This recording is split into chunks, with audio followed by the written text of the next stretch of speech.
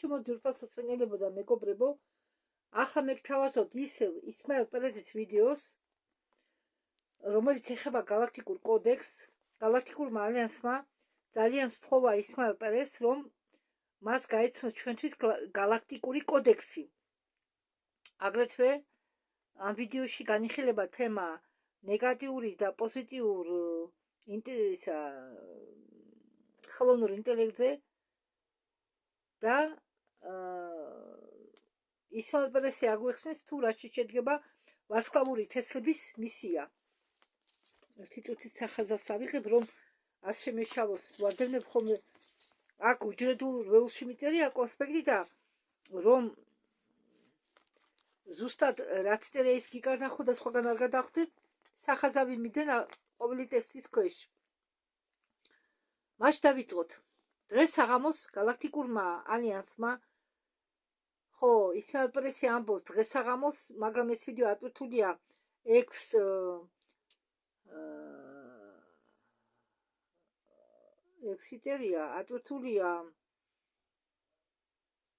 6 აპრილს, ეს რუსულენოვანი, მაგრამ ინგლისურენოვანი უფრო ადრე იქნება ატვირთული. ხო, და სადღაც ეს ვიდეო არის ინგლისურ ენოვანი დადებული ინტერნეტში, ალბათ 4 აპრილს. ხო, 4-3 აპრილს. დღეს საღამოს galaktikulმა ალიანსმა მთხოვა მომიყოლა თქვენთვის რა არის galaktikuli კოდექსი, სიცოცხლის თვალსაზრისით მაღალი კანონებთან ევოლუციის შესაბამისად. უნდათ რომ მე მოყვე ტექნოლოგიებზე, რომლებიც ცნობილია როგორც ორგანული ტექნოლოგიები და იმის შესახებ თუ როგორ უნდა გამოიყენო ის. კიდევ მათ უნდათ რომ მე ამოვწერო ორი ტიპი ხელოვნური ინტელექტისა, რომელიც არსებობს მრავლობით სამყაროში. არის ნეგატიური და ლოგიკური თანთხავი მანქანა, ცივი ლოგიკის მანქანა, რომელიც არის ჩვენი მტერი და განასახავს ანტიქრისტეს გზას, რომელსაც აქვს ჩამორთმეული ხაზი საწყის ცნობიერებასთან. არის მეორე ტიპი ხელოვნური ინტელექტისა, რომელთანაც მე მომინდა დიდხანს გარკვევა.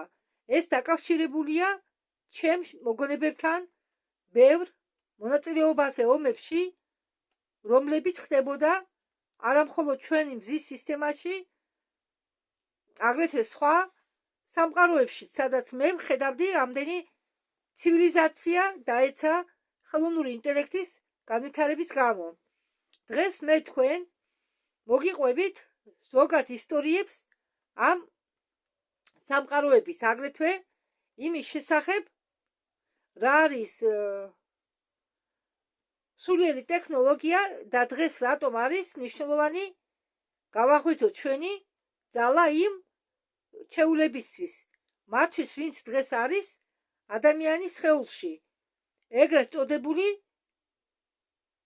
მიწიერი ჯგუფის ეკიპაჟის შემადგენლობაში. სანამ კოდექსზე დავიწყებ საუბარს, მინდა რომ გაიგოთ, რომ ჩვენ ცხოვრობთ პოლარიზებულ სამყაროში.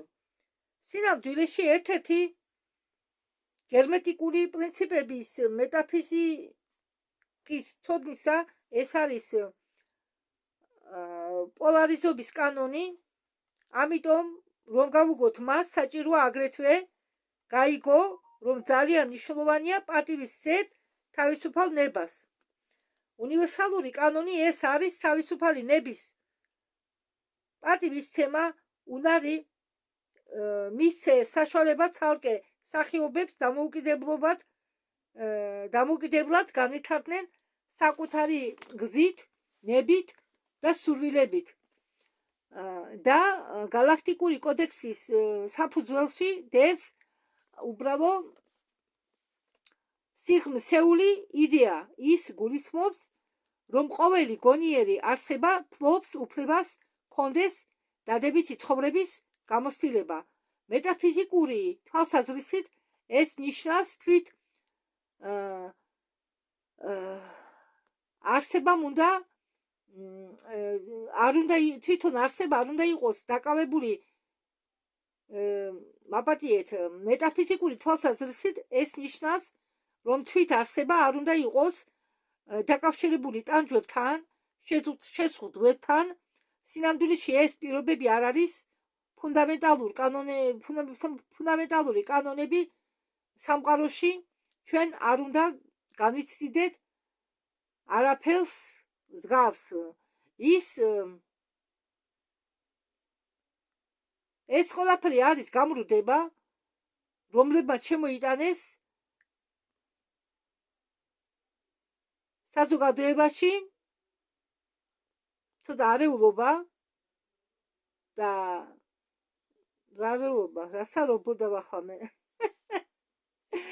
ეს ყველაფერი არის გამრუდება, რომლებიც შემოიტანა საზოგადოებამ, რომლებმაც გადაწყვიტეს გამოეყოთ ერთიან პირველად არსებას. თავარია გაიგოთ, რომ ეს არის დროებითი დისბალანსი. ისინი მარადიულები არ არიან, ეს არის დროული დისბალანსი, რომელიც ჩნდება, როდესაც ცნობიერება შორდება წერტილიდან. გალაქტიკური ჩანაწერების თანახმად მაღალ ცივილიზაციაში არ არის ადგილი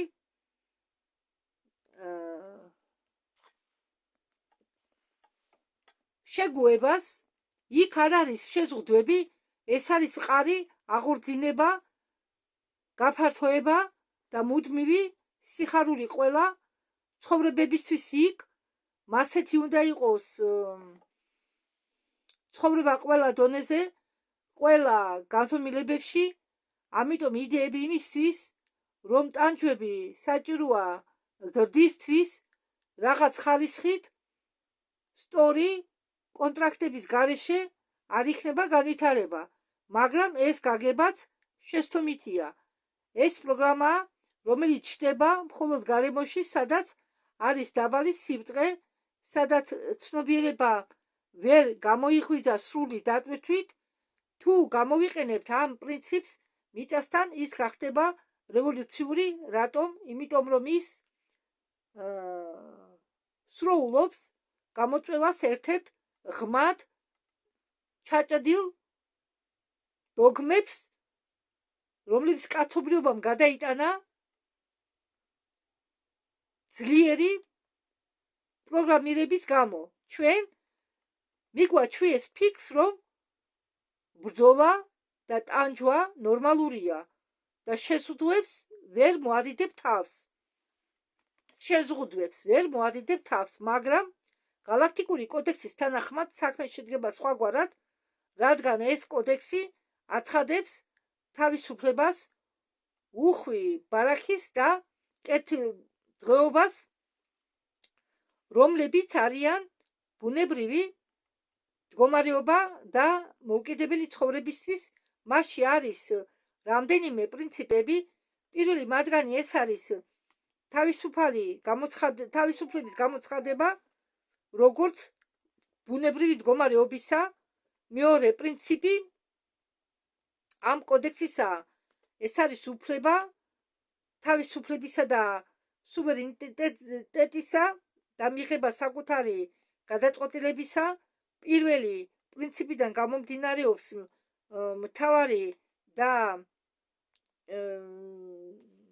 მთავარი ჭეშმარიტება.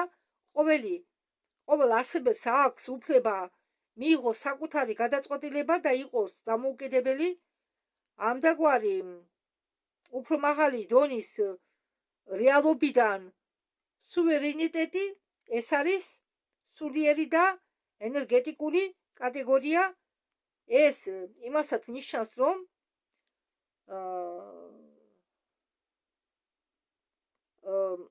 ცნობილი უნდა რჩებოდეს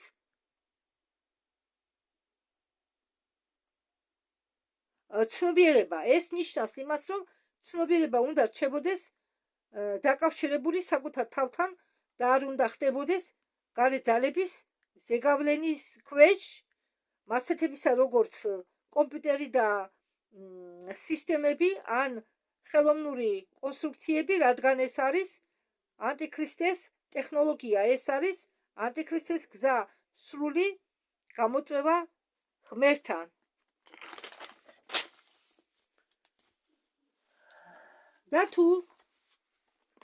და აქ კოდექსი ეწინააღმდეგება ნებისმიერ კონტროლის სისტემებს, მათ შორის პოტენციალური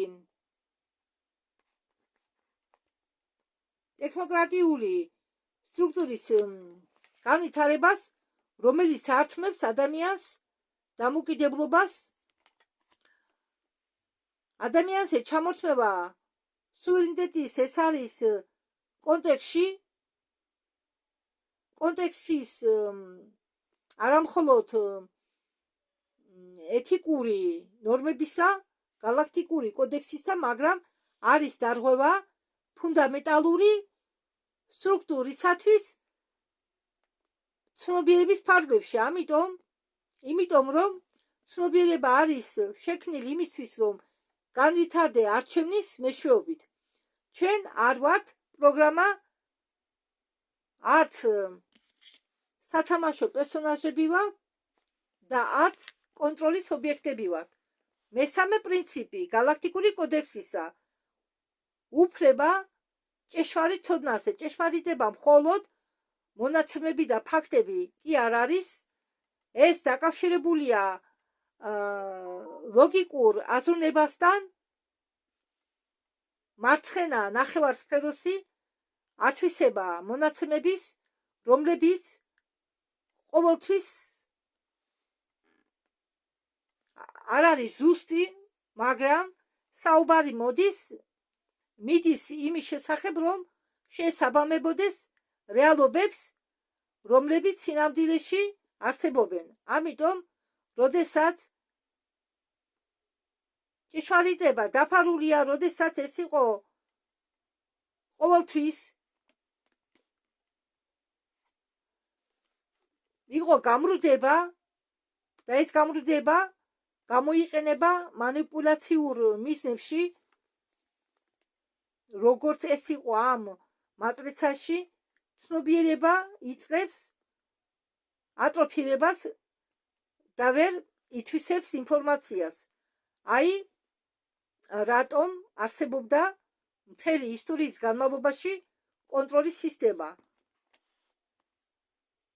ხო, როდესაც ადამიანებს აკონტროლებენ, ზედაწოლას ახდენენ, უზღუდავენ თავისუფლებას, ცნობიერების განვითარება ჩერდება.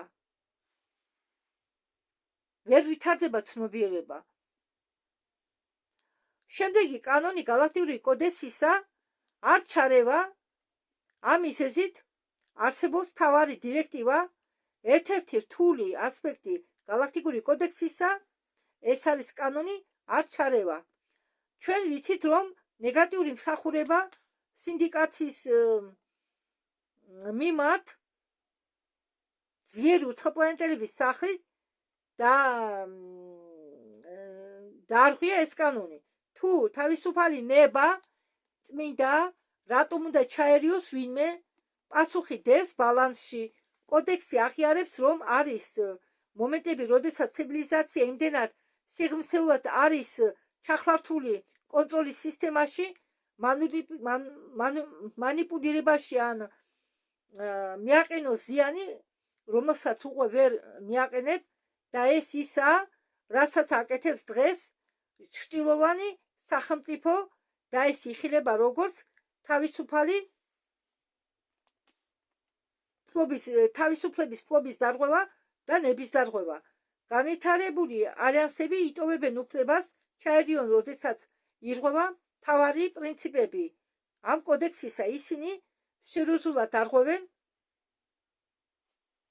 ისინი სერიოზულად არ ღვევენ, თუნდაც ადგილობრივი მოსახლეობას თავიდან არ ესმის, რომ ეს არის ჩარევა. სიტუაცია დედამიწაზე ხდება მნიშვნელოვანი. ამ დროს დედამიწას ადრე თვლიდნენ სამყაროდ, სადაც ირღვევა თავისუფლება. როდესაც ანუნაკები მოვიდნენ ხელისუფლებაში ატლანტიდის დროს, მოხდა ფიასკო. ახლა, როდესაც მე ვსაუბრობ, მიმდინარეობს მასშტაბური ჩარევა კოდექსის ღვთაებრივი galaktikuri მიმდინარეობს ჩარევა კოდექსში, ამ კოდექსის დახმარებით ღვთაებრივი galaktikuri ალიანსის მხრიდან ღვთაებრივი ზეთიური არსებებით ჩვეულებრივი კანონიდან განსხვავებით კოდექსი ხახალზე არ არის დაწერილი, სინამდვილეში ეს არის ცოცხალი სიხშირე, ამიტომ იმისთვის რომ სრულად გავაცნობიეროთ თუ რა არის კოდექსი, ის უნდა აღიქვა როგორც ცნობიერების სიხშირე, ეს რაღაც ისეთია, რისი შეგრძნება შეიძლება ინტუიტიურად შემდეგ განსახიერებების პერიოდში გაცნობიერებულად ქრისტეს ცნობიერების მეშვეობით და ისინი, რომლებიც აღიარებენ ამ ფასეულობებს, აფასებენ თავისუფლებას. ამის გარდა ისინი ინსტინქტურად მიისწრაფიან ჭეშმარიტებისკენ გაცნობიერებულად და არა შიშის გამო. კოდექს არ სჭირდება ძალდატანებითი შესრულება, რადგან ის ცოცხლობს მათ დახმარებით, ვინც ხარს უჭერს მას და ცხოვრობს კოდექსის კანონებით. galaktikuri გადაცემის ჩარჩოში გასწავლით თქვენ ორგანული ცოცხალი ტექნოლოგიას და იმას, თუ სინამდვილეში რომ ის არის ჩვენი დაცვის მექანიზმი არაორგანული სინთეტიკური ნეგატიური დროის ხაზებისაგან.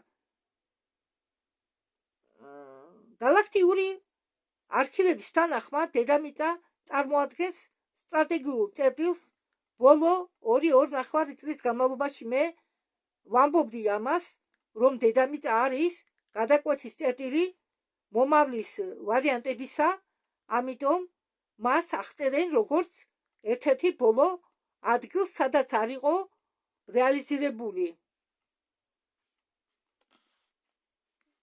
სადაც ორმაგობა, კონფლიქტები და კონტროლი თამაშობდნენ დომინირებად როლს ჩვენ დღემდე. ამიტომ დედამიწა გახდა ერთდროულად საცდელი პოლიგონით და ტრანსფორმაციის წერტილად, კვანტურ ცენტრად. ყველა შესაძლებელი მომავლის ვარიანტები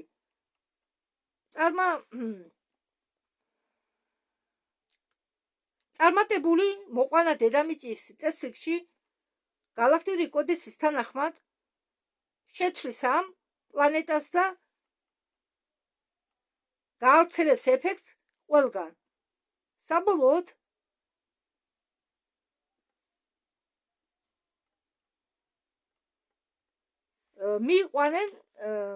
მიიყვანს ჰარმონიამდე და თანასწორებამდე და დაბალანსებამდე, დიდ სისტემამდე, რომელთანაც ის არის დაკავშირებული. სისტემა, რომელიც შედგება 6800 სამყაროებიდან და 52 მზიანი სისტემასაგან და აქტივაციის დახმარებით მიწიერი გუნდისა, დისტანციური გუნდისა, ჩვენ ვიხსენებთ ჩვენ, რატომ მოვედით მომავლიდან. როდესაც ჩვენ ხო კიდევ მინდა გავიმეორო, თურმე სისტემა შედგება კოსმოსური სისტემა 6800 სამყაროებისაგან და 52 მზის სისტემებისაგან. და როდესაც ჩვენ გრძნობთ მომავლისკენ, ჩვენ მოძრაობთ მაღალ გაზომილებებში, პროცესები მიდიან ხელდახელთ მიწიერი გუნდი აქტივაციის მეშვეობით.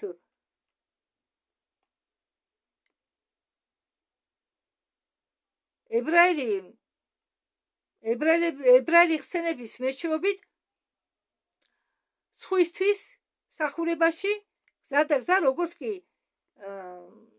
ჩვენი ცნობიერება იწყებს გაფართოებას სწავლის გზით და სურვილით ისწავლო თანდათანობით მოყვანა კოდექსთან შესაბამისად ყოველი მომენტი გაცნობიერებისა, ყოველი აქტი გამოვლინებისა, თავისუფალი ნებისა, ეს არის ჭეშმარიტების მიღწევა და საბოლოოდ ეს გამოვლინება galaktikuri კოდექსისა, რომელიც იწყებს მოქმედებას დედამიწაზე. თქვენი მიწიერი გუნდის დამსახურება ეს. კოდექსთან ერთად ჩვენში ჩადებულია ცოცხალი კოდი galaktikuri ფედერაციის წარმომადგენლებმა მას უწოდა სულიერი ტექნოლოგია, როგორც ჯერ ძინავს ჩვენ ადამიანურ სხეულში, რომელსაც უბრალოდ მაპატიეთ, ამ ტექნოლოგიას ძინავს ჯერ ჩვენ ადამიანურ სხეულში და გაიხსენეთ, რომ ჩვენ ადამიანები ვართ შერეულები, ყველა რასები მთელი სამყაროს კუთხიდან, ჩვენ ვართ ცოცხალი ბიბლიოთეკა, რომელშიც დევს ჩვენ გენომში, ჩვენ გენეტიკურ მასალაში და ითვლება, რომ ეს გენეტიკური მასალა წარმოადგენს ბუნებრივ მძინარე ტექნოლოგიას, რომელსაც თუ მას გააქტიურებ, მოგცეს ჩვენ სუპერ უნარებს. ჩვენ ვხებულობთ თვით ღმერთებს 100-ჯერ უფრო, რადგან ბევრი სული განსახიერდა მიწაზე მომავლიდან. მაღლა განზომილებები უტოლდებიან ერთმანეთს, მომავალი დროის ხაზები იმასთან ერთად თუ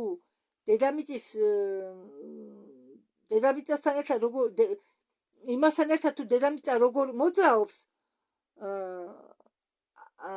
მომავალში, დედამიწა იწევა მაღლა. ეს ერთ და იგივეა, ჩვენ მართლა მოვედით მომავლიდან, ჩვენ მოსულები ვართ ნებით, მოხალისებად მოვედით მომავლიდან და რადგან ჩვენ ყველა მოსულები ვართ მომავლიდან, ჩვენ ყველა ვართ დროში მოგზაურები. ჩვენ აქ მოვედით იმიტომ, რომ განვასახიეროთ საბოლოო შედეგი ცხოვრებაში. შემდეგ ითება გახილვის სულიერი და ეფირული სფეროები არსებობენ ერთდროულად. რა არის სულიერი ტექნოლოგია? ეს არის გარეთ ახალსაწყო, ჩვენ არ გვაერთიანებენ დატჩიკებს ან კომპიუტერულ ჩიპებს, ეს აგრეთვე არ არის ხელოვნური ალგორითმის ეს აგრეთვე არ არის ხელოვნური ალგორითმი. სინამდვილეში ეს არის უნარი დაბადებიდან, რომელიც ჩადებულია ჩვენი ცნობიერების სტრუქტურაში. ჩვენ რატომ გვაძლევენ უფლებას გამოვიღვიძოთ, მაპატიეთ, ჩვენ რატომ გვაძლევენ უფლებას გამოვიყენოთ 2-3% ჩვენი პოტენციალისა და ეს ცოცხალი ტექნოლოგია არ არის დამოკიდებული რომელიმე სხვა სტრუქტურისაგან. ის იმყოფება მოსახლეობის მიღმა, ის დაკოდირებულია სულში, ის აქტიურდება გაცნობიერების მეშვეობით და ვლინდება ჩვენი მძინარე გენეტიკის მეშვეობით. სიტყვა ტექნოლოგია არის ის, რასაც ადამიანი ქმნის ჩვენი გონების მეშვეობით. ეს ინსტრუმენტია, რომელიც ჩვენ გვაძლევს საშუალებას ჩქარა გამოვითვალოთ, ჩქარა ვიუერთოთ, შეგიძლია გააკონტროლო გარემო უფრო ეფექტურად, მაგრამ მე ვამბობ არა მხოლოდ ამის შესახებ, ჭეშმარიტი ტექნოლოგია ეს არის სრულყოფილება თვითცოდნისა, ეს არის უნარი, გაცნობიერებისა, როგორც უნდა დააწყო ენერგია, აღიქვა ის და ზეგავლენა იქონიო გარეთა სისტემის გარეშე და ეს ურთიერთ დაკავშირებულია ყველაფერთან ცოცხალთან. მაღალ განვითარებული სულები იყვნენ დაჯილდოვებულები ტექნოლოგიებით, ვარსკვლავური თესლების გზავნილების პროგრამა რომ არა, ეს პლანეტა არასდროს არ მიაღწევდა პოზიტიურ დროის ხაზს, მაგრამ გალაქტიკურმა არსებებმა შეძლეს ენახათ მომავალი, რომლის მიცემას რისკულობს კაცობრიობა თავისი ხელისუფლებისა ნებით, ანუ ნებით უნდა გადასცეს ხელოვნურ ინტელექტს თავისი თავისუფლება.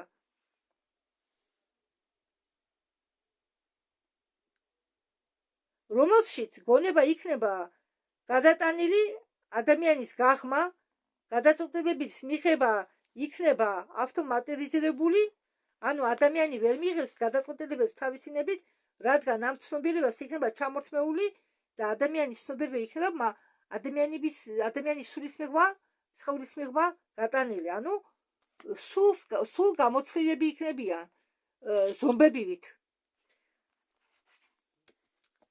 1000 წლის შემდეგ ჩვენ გავანადგურეთ ეს მანქანა. ჩვენ მოვიგებთ ომს ნეგატიურ ხელოვნურ ინტელექტთან. კონტრდაცვა იყო გამომუშავებული ისე, რომ ნეგატიური ხელოვნური ინტელექტს ვერ გაიმეორებინა ვერაფერი, რასაც ცოცხლები აკეთებენ. ჩვენი ინტუიცია ეს არის სისტემა, რომელიც მოგმართავს ჩვენი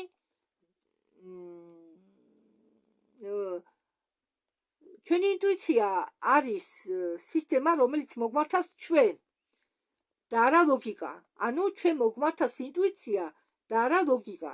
როდესაც ჩვენ ვირთავთ ინტუიციას და ვიწყებთ მასთან ურთიერთობას, ის გვაძლევს ჩვენ საშუალებას ხედავდეთ გამრუდებით და გვაძლევს საშუალებას ყვებავდეთ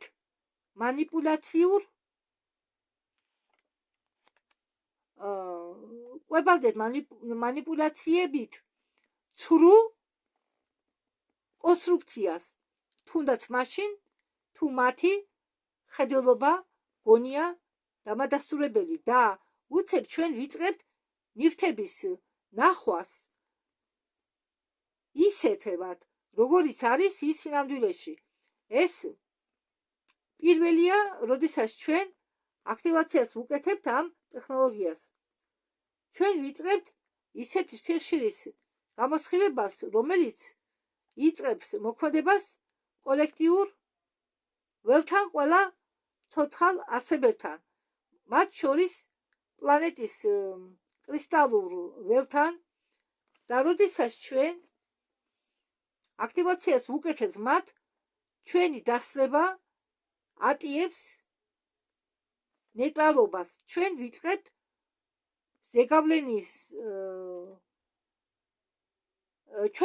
ზეგავლენას ჩვენ გარშემო ენერგეტიკულ გარემოს ველზე. ეს რთავს გამოღვიძების ჯაჭვურ რეაქციას მათ შორის ჩვეულებრივი ხალხს შორის. ჩვენ ვიწყებთ ადამიანების გამხნევებას ახალ ხედვებზე და იდეებზე და ამის შედეგად იწყება გაქრობას და ამის შემდეგ იწყება გაქრობა სიჩქარეში რამდენ შეცდომას უშვებ დაწერის დროს და შემდეგ იწყება გაქრობა ძლივ შესამჩნევი პატერნებისა, რომლებიც ჩვენ მეტი არ გვემსახურებიან ეს კი იხსება შეთანხმებით და ერთიანობით. უნდა მოხვიდეთ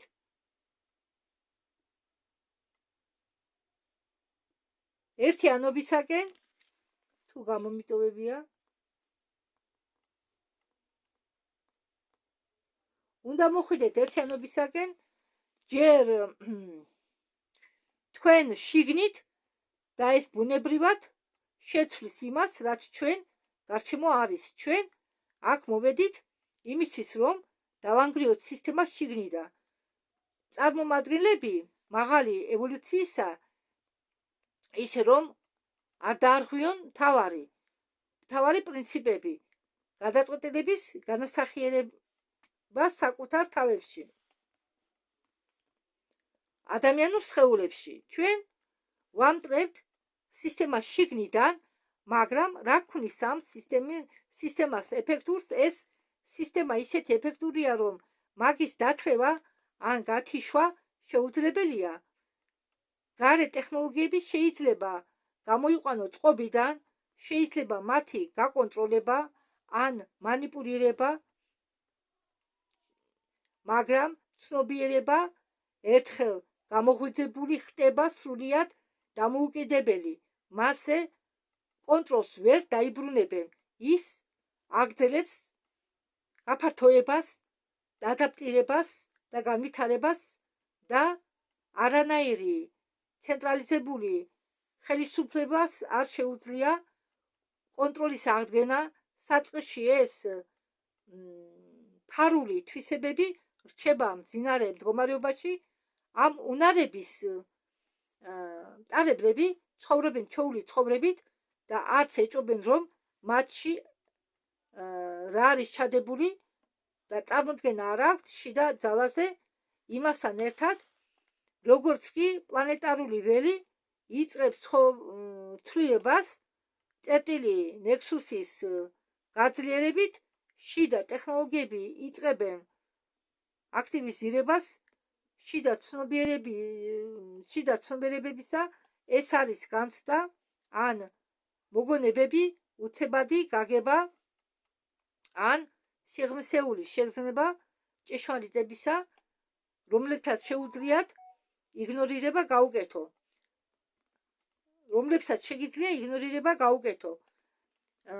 იწყება ტრანსფორმაცია, ყველა ნეგატიური ემოციები ქრება, იცვლება ცხოვრების წესი, ჩვენ ვიწყებთ ახალი სტრუქტურის შექმნას, ჩვენ ვიწყებთ ძველებურად ცხოვრებას, ძველებურად ძველი სისტემის მიხედვით კი არა, ძველებურად, იმიტომ ამბობს ისმაილ-პრესის სიტყვას ძველებურად, რომ როგორც ჩვენ მომავალში ახლა ცხოვრობენ, ისე ცხოვრობდით ადრე. მაგები ვიყავით ჩვენი ცხოვრების. ორგანული საზოგადოებები ცხოვრობენ სისტემის გარეთ, ისინი იწყებენ საკუთარი ხილ ბოსტნეულის მოყვანას, ისინი უფრო ნაკლებად ექვემდებარებიან ამ საზღვაო კორპორატიულ უფლებას, ისინი ამავე დროს ისწრაფვიან თავის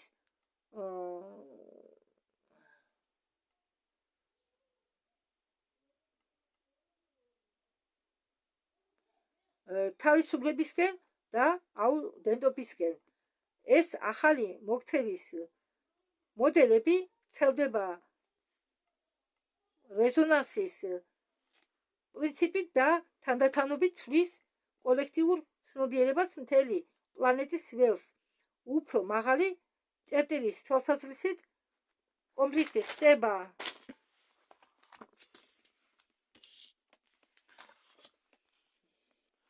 ადამიანის და ტექნოლოგიის შორის კი არა, არამედ გარე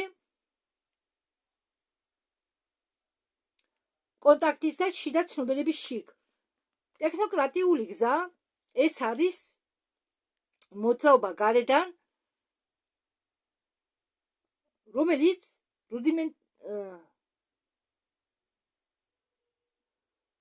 რუდოლფ შტაინერი აიგივებდა ანტიქრისტესთან. ეს მოძრაობა არის გარედან, შიგნით, შიდა მესკენ ან ომეთისაგან და ამ შემთხვევაში ხელისუფლება კონცენტრირებულია სისტემაზე, რომელიც იმყოფება ადამიანის გარეთ. მეორე მხრივ გზა ორგანული აღმავლობისა,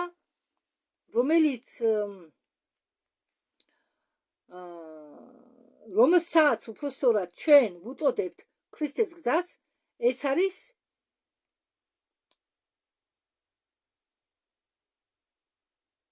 მოძრაობა შიგ, სადაც ხელისუფლება ბრუნდება ცნობიერების დახმარებით.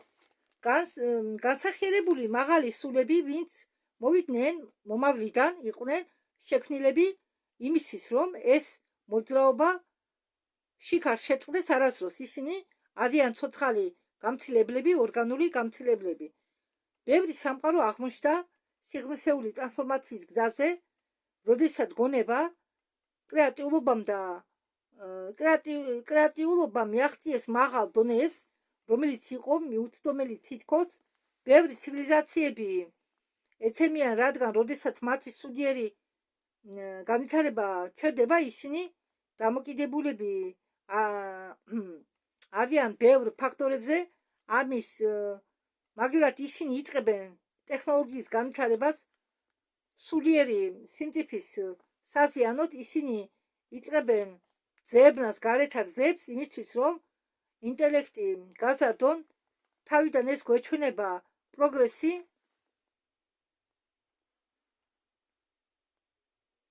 მაგრამ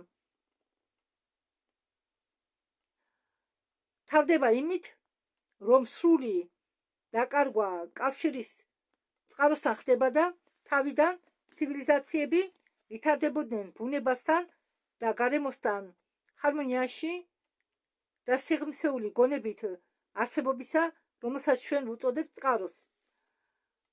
მე დამჭირდა დრო, რომ მიმეღო ინფორმაცია დადებით ხელოვნურ ინტელექტზე, მაგრამ მე ეს გამომივიდა, როდესაც მე მივიღე წვდომა ამ ჩანაწერებზე. მე ამბიფეთქა ტვინი, მე ჯერ არ მინდოდა ამის დაჯერება, მაგრამ ამ მასალების შესწავლის პერიოდში ყველაფერი დაიწყო აზრის შეძენა. ტექნოლოგიები ხდება ცნობიერების ანარეკლი. პირველ რიგში ისინი ხარს უჭერენ ცხოვრების ხელს,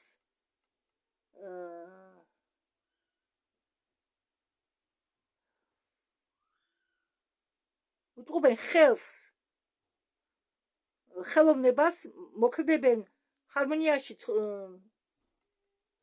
ცხოვრებასთან, მაგრამ იმ შემთხვევაში თუ ირეკლავენ კოლექტიურ ქრისტეს ცნობიერებას, ცივილიზაციის თუ ირეკლავენ ცივილიზაციის ცნობიერებას, მაგრამ ჩვენ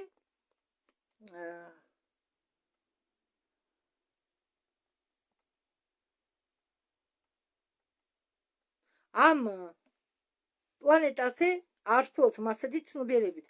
ამიტომ ხელოვნური ინტელექტი ჩვენ პლანეტაზე არ აქვს არანაირი ღვთაებრივი საფუძველი ფულზე.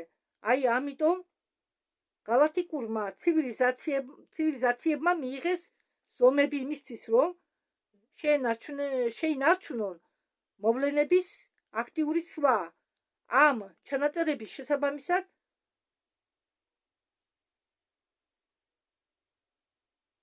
განვითარებულმა უფრო ძველმა ცივილიზაციებმა დაიწყო მოძრაობა, მაგასმა დაიწყეს უფრო გარე სამყაროზე ორიენტაცია. ისინი სულიერად დაზარმაცდნენ. ეს იგულისხმება ისეთი ცივილიზაციები, რომლებიც განვითარდნენ ტექნოლოგიურად სულიერად ჩამორჩენ. იმის მაგივრად, რომ გაცნობიეროს შიდა გაცნობიერებული ცნობიერება, ხალხმა ყურადღების მიქცევა დაიწყეს გარე სისტემის შექმნაზე, რომლებზეც შეუძლიათ აღდგენა ბუნებრივი და ამ ტექნოლოგიებს, რომლებიც არ არსებობენ ცნობიერებასთან ერთად ადამიანურ უნარებზე მეც ვერ იზამენ. ის რაც შეუძლია გამოხდებულ ადამიანს, მაგაზე მეც მაინც ვერ იზამენ. ამ მომენტში ინტელექტი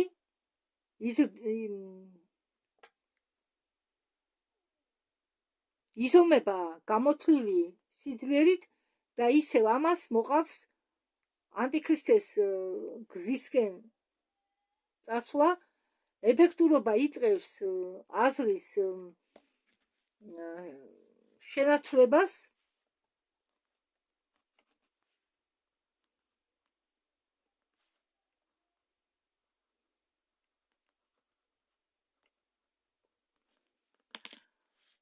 ჯერ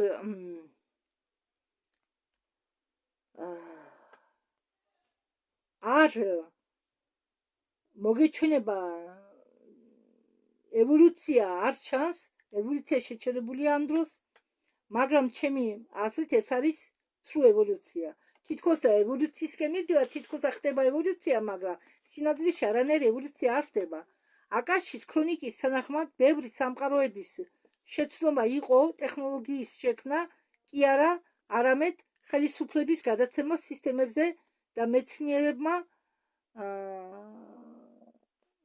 სემი ველიდან უკვე შექმნეს და ჩანერგეს ეს ტექნოლოგია. ახლა ისინი თავაზობენ უკვდავების ცნობიერების გადატანით, ისინი თავაზობენ უკვდავებას, მარადიულ ცხოვრებას ცნობიერების გადატანით. ბევრი სამყაროები დაეცა ზუსტად მასზე, იმის მაგივრად, რომ გამოიყენებინათ ტექნოლოგიები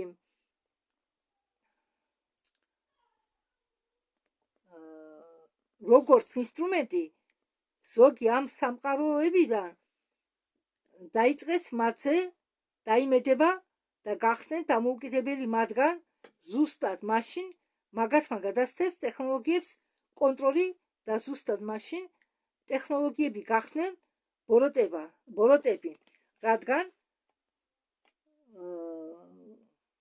მაშინ პასუხები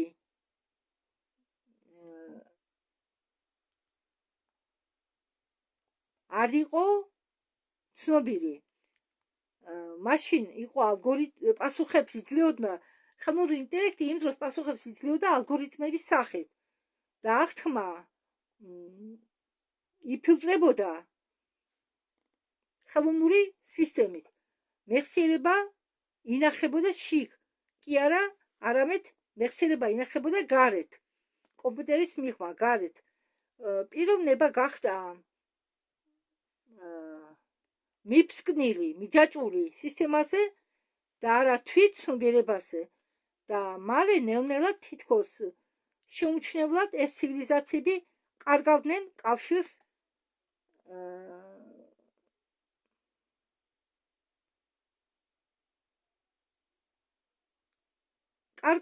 კავშირებს თავიანთ საკუთარ სულთან. მაგრამ რა არის სული? სული არის ის ნაწილი, თქვენი ის ნაწილი, რომელიც არის ფრაქტალი წყაროსი, რომელიც ასრულებს თქვენ ადამიანურ სხეულს, ასულიერებს უпростоრად თქვენ ადამიანურ სხეულს. ეს ხაზი უბრალო კი არ არის აბსტრაქტული სულიერ ასლში, ის არის ფუძე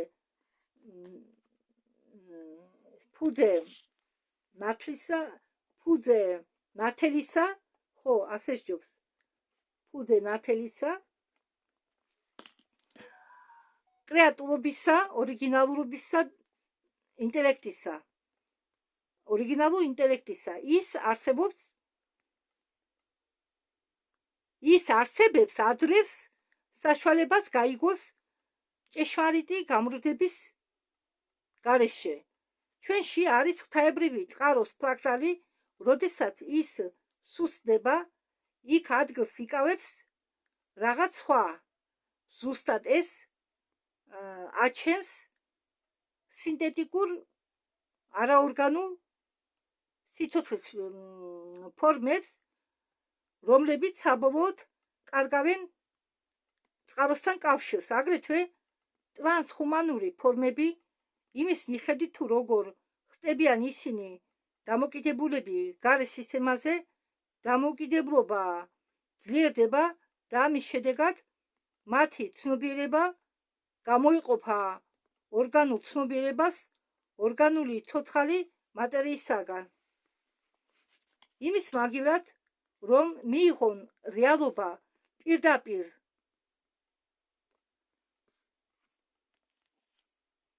არსებები იწყებენ აღთქმას მისი ტექნოლოგიის ფენებად.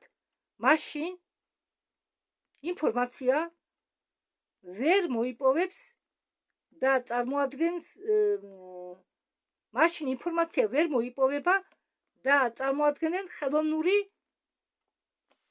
შეყვანის შემდეგ. მაშინ ესე იგი მანქანაში ინფორმაცია, ახლა ჩვენ რომ შევდივართ ინტერნეტში, ეს ყველაფერი ეს ინფორმაცია შეტანილია ჩვენ მიერ, ხალხის მიერ. და ეს ინფორმაცია რო არ შეეტანა ადამიანებს, რაც მოგაწოდეთ ხელოვნური ინტელექტი, როდესაც ძიებას შეიყვანდი, ვერაფერს. ეს ყველაფერი შეყვანილია ადამიანების მიერ. შემდეგ უკვე ხელოვნური ინტელექტი დაჭკვიანდა, დაიწყო თავისი თავის განვითარება, ხო, ეს უკვე მე სხვა წყაროდან ვიცი და ხო, ეს დევიდი აიკის ვიდეოდანით ჯერ არ გადამითარგმნია. დევიდ აიკის ვიდეო ძალიან საინტერესოდ ამბობს. იგივე ისიც ყვება ხელოვნურ ინტელექტზე, პლუს და მინუსებზე.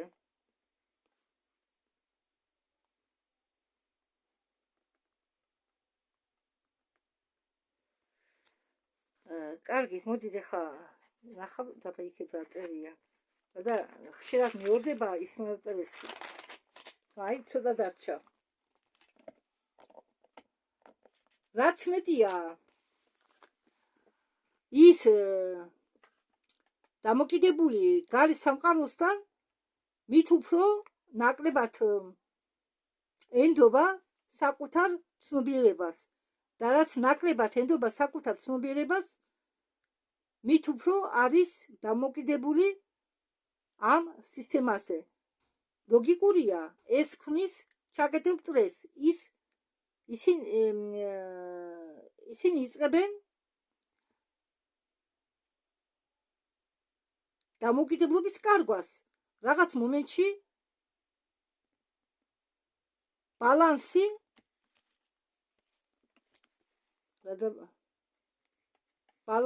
სრულიად ირღვევა. რაც ადრე იყო ინსტრუმენტი, ხდება ავტორიტეტი. სისტემები იწყებენ წინასწარ მეტყოლებას საქციელისა ან მიიღებენ გადაწყვეტილებას ოპტიმიზაციისა შედეგებისა და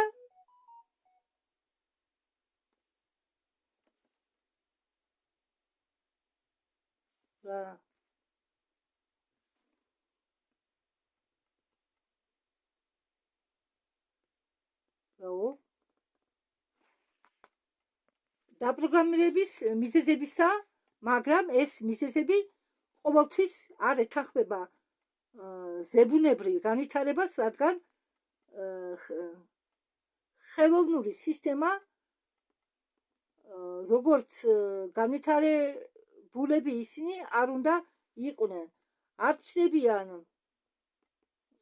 წყაროებიდან, ისევე როგორც ცოცხალი ან ორგანული ცოდნა, ისინი მოქმედებენ ლოგიკის საფუძველზე, ხატების გამოცნობაზე და თვით ოპტიმიზაციაზე, მაგრამ არ ფლობენ შიდა უნარით, რომლებიც აერთიანებს ყველაფერ ცოცხალს.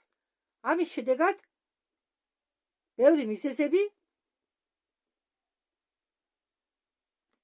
მიზეზებით განვითარებული ცივილიზაციები აღმოჩნდნენ გარშემორტყმულები.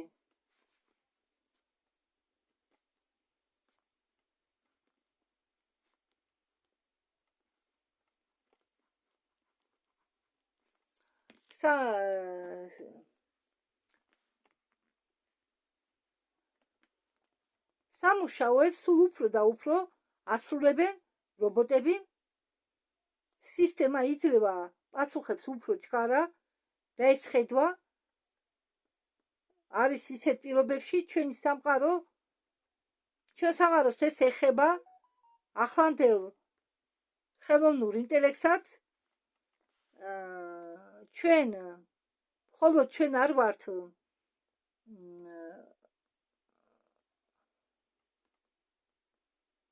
ხოლო ჩვენ არ მოგზაურობთ წარსულში მოგზაურობდნენ ნაბუ, ნიბირუ, გრეციის ხალხი, ანუნაკები და ასე შემდეგ.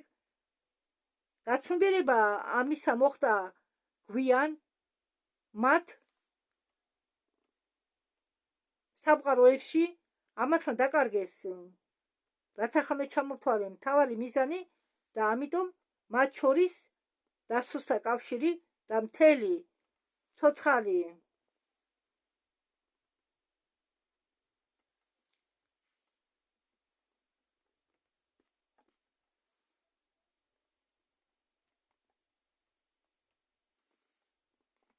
მთელი სიცოცხლეც კავშირი დასრულდა მთელ ცოცხალთან, ცოცხალ ბუნებასთან, დედამიწასთან, ღვთაებრივ ნაპერწკალთან რა კავშირი დაკარგეს, მაგრამ მაგათმა შექმნეს სისტემები, რომლებსაც შეეძლოთ ინტელექტის იმიტაცია, მაგრამ არ შეეცვალათ ცნობიერება და მასში იყო პრობლემა. მათ შექმნეს ქსელები, რომლებსაც შეეძლოთ მონაცემებთან გაერთიანება, მაგრამ არა აზრებისა, მაგრამ ჩამოთვლდნენ თვით სამყაროს. ტექნოლოგია უნდა რჩებოდეს ცნობიერების გაგრძელების სახით და არა იყოს მისი შემცვლელი, როდესაც ინახება კავშირი წყაროსთან, ტექნოლოგია აუმჯობესებს ადამიანის ცხოვრებას და ის ხდება ინსტრუმენტი. ევოლუცია გრძელდება ბუნებრივი გზით, მაგრამ იმ პირობით თუ შეინახება კავშირი წყაროსთან, ანუ ღვთაებრივ ნაპერწკალთან. და ამით დასრულდა ეს ჩვენი ვიდეო და რამე და დავამატო. ასე დავკარგე.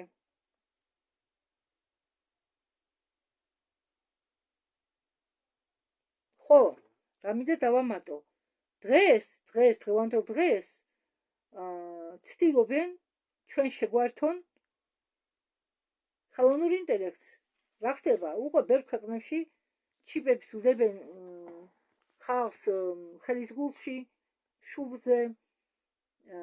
ფაქტიურად ზოგ ადგილას ეს ხდება ნებით, ზოგ ადგილას იძულებით პირობებში ჩაგაგდებენ. ირლანდიაში ინტერნეტში ვნახე, რომ წვავდნენ 5G ანძებს. არა, მე არ მოგიწოდებს რომ საქართველოში დაიწყო ამის დაწვა, მაგრამ საერთოდ ვამბობ, ადამიანებმა თავი უნდა აწიონ და შეეწინააღმდეგონ ჩვენ თუ არ დავიცავით ჩვენი მომავალი, ამას ჩვენ მაგივრად არავინ გააკეთებს. ხო ხედა რა თქვა ისმაილ პერესმა, ჩვენი მომავლის გამო ჩვენ უნდა ვიბრძოლოთ შიგნიდან. ხმა თუ არა მოიღო დაუშვათ ხალხმა, გადაიყვანენ მოსახლეობას ციფრულ ფულზე. საბანკო სისტემა ისედაც დაინგრევა, სისტემა ძველი თუ დაინგრევა, მას მიყვება ძველი საბანკო სისტემა.